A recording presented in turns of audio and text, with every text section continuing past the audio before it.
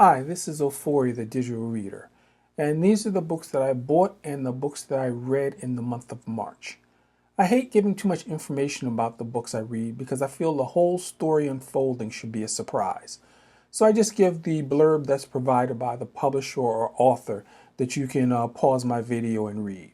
What I'll be talking about is either why I picked the book or if I read the book, what I thought about it and how many stars I gave it. So let's get started. These are the books that I bought in the month of March. Blood Over Brighthaven, a novel by M.L. Wang. I enjoyed The Sword of Kaigen by M.L. Wang, so she's been on my radar for a minute. When Blood Over Brighthaven went on sale through BookLife, I decided to pick it up. Between the discount and the recommendations from the booktubers I follow, it was a simple choice. I'm looking forward to seeing if it lives up to the hype. Stonehenge by Bernard Cornwell. Bernard Cornwell's The Winter King series is what finally made me realize I'm a historical fiction fan. I've been wanting to read more of his work, but I'm trying to avoid starting any new series until I finish the ones I'm already in. Since Stonehenge is a standalone and it popped up on a BookLife sale, it was a simple decision to pick it up. The Remains of the Day by Kazuo Ishiguro. In my favorite movies inspired by books video, I mentioned that Remains of the Day is one of my favorite films. So reading Kazuo Ishiguro's novel of the same name has always been the plan. I finally grabbed it through a BookLife deal. Since my backlog is already so large, I'm only pulling the trigger on wishlist books when I see a deep discount. Those full-price titles aren't going anywhere, so I'm happy to wait for the right deal while I work through my current collection. Katabasis by R.F. Kuang. After reading Yellowface and The Poppy War, R.F. Kuang became an author of interest for me. I picked up Katabasis on sale after hearing some interesting but mixed reviews about it. Even though The Poppy War was an okay read for me, I still plan to finish that series eventually. Right now I'm prioritizing standalones like Katabasis in my book purchases for 2026, and I'll focus on finishing series I'm already reading. And these are the books that I read in the month of March. The Sword of Kaigen by M.L. Wang. I'll be honest, lately I've been complaining that my books have all started to feel the same, but I realized it wasn't the books, it was my own reading habits. Over the last 6 months, I've read 4 different coming-of-age fantasy series set in an Asian-inspired world where everyone has special powers. Because they all dealt with the same themes, they just weren't wowing me anymore. So when I picked up The Sword of Kaigen by M.L. Wang, my first thought was, I should have spaced this out better. I saw the Asian theme setting and the special powers, and I figured I already knew exactly where the story was going. The book was perfectly fine at first, but then it took a major turn. It stopped being another predictable coming-of-age story and gave me something I've been craving, an adult point of view. When you get to a certain age, you don't always want to read about a teenager finding their way. You want to read about someone who's actually been through some things, someone with life experience and the perspective to look back on their past. This book gave me a character I could really root for because their growth was tied to their history and the things they'd already overcome. It felt real and it felt mature. The world and the special powers were solid, but the character arc is what really sold me. And I have to say, it was such a relief that this is a one and done book. These days, it feels like every fantasy or sci-fi story is part of a never-ending trilogy or a 5-book series or a 7-book series or even more. There's something so nice about a great story that just finishes in one volume. I'm giving this a strong 4 stars. If you haven't read much in this genre, it's a perfect place to start because you don't have to commit to a whole series. If you're like me and feeling a bit burnout on the usual tropes, this perspective shift might be exactly what you need. Eleanor Oliphant is Completely Fine, a novel by Gail Honeyman. After finishing Eleanor Oliphant is Completely Fine by Gail Honeyman, I was stunned. I've been around for 60 years and I have never read a book like this. Usually I'm a mythology and a sci-fi guy. I love urban fantasy and cozy fantasy stories, but I don't really do contemporary books about relationships and everyday people.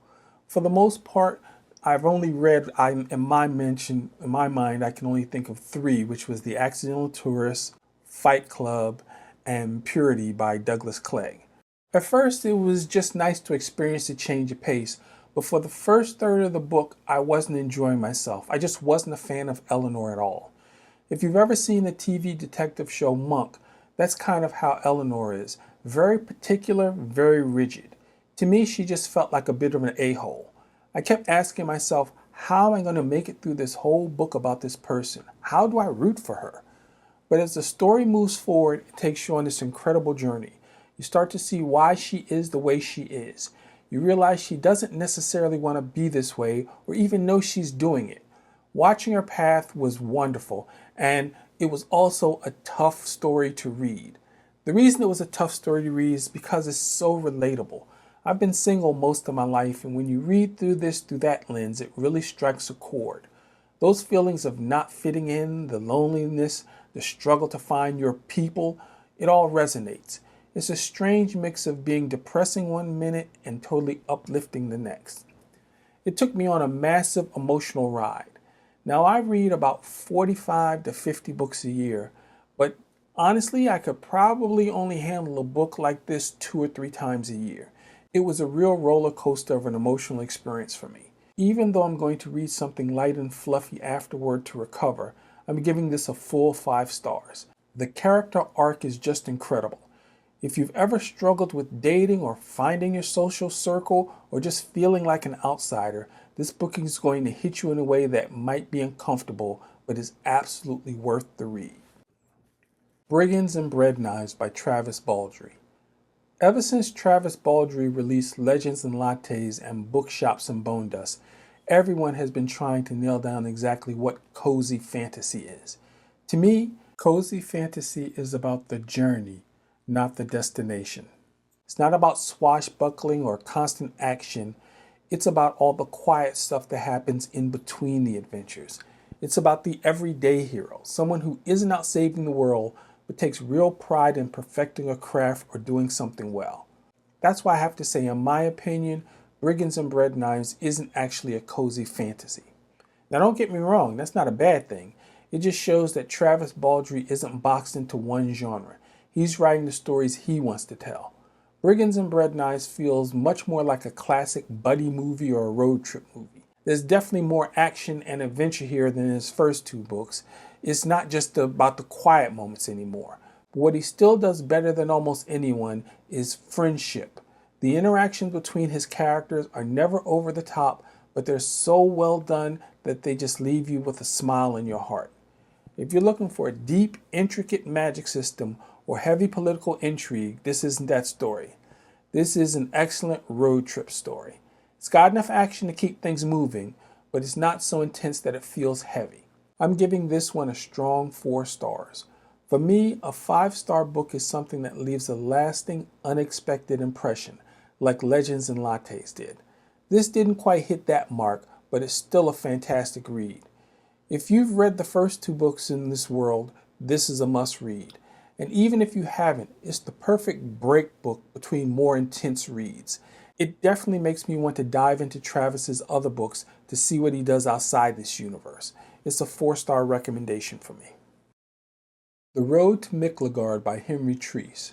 You know the debate about The Godfather, where most people say that Godfather 2 is better than Godfather 1 because it takes everything from Godfather 1 and just amplifies it. That's exactly how I feel about Road to Miklagard by Henry Treece. The first book, Viking's Dawn, laid the groundwork, but this second one, it really takes you on a historic and cultural ride. It's a Viking travelogue that's much more expansive. It takes you through a historical world that feels unforgiving and perilous. You see these Vikings on top of the world one minute and right under it the next. It's not cozy in any way, shape, or form. And it's not just a series of fight scenes. It's about the journey and the fascinating people the main character Harold meets along the way. Reading this book really resonated with me because it felt like a time machine. When I was younger, I never actually bought books. I didn't have an allowance for that.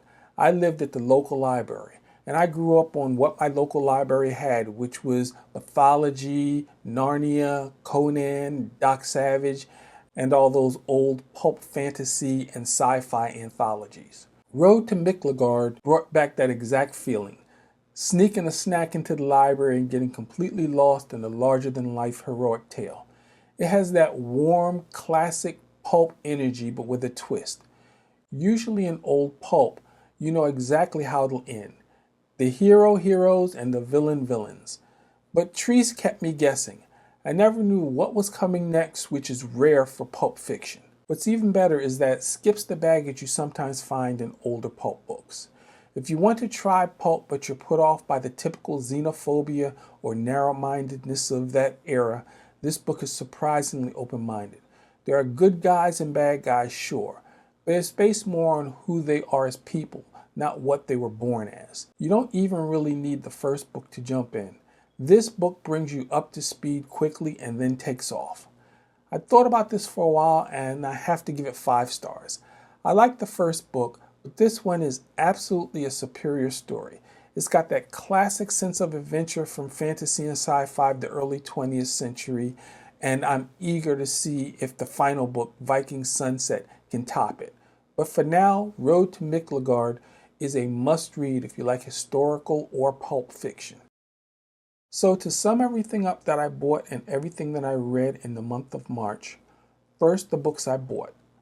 I got Blood Over Brighthaven by M.L. Wang. I got Stonehenge by Bernard Cornwell. I got Remains of the Day by Kazuo Ishiguro. And I got Katabasis by R.F. Kuang. As far as the books that I read this month, I read The Sword of Kaigen by M.L. Wang. I read Eleanor Oliphant is Completely Fine by Gail Honeyman.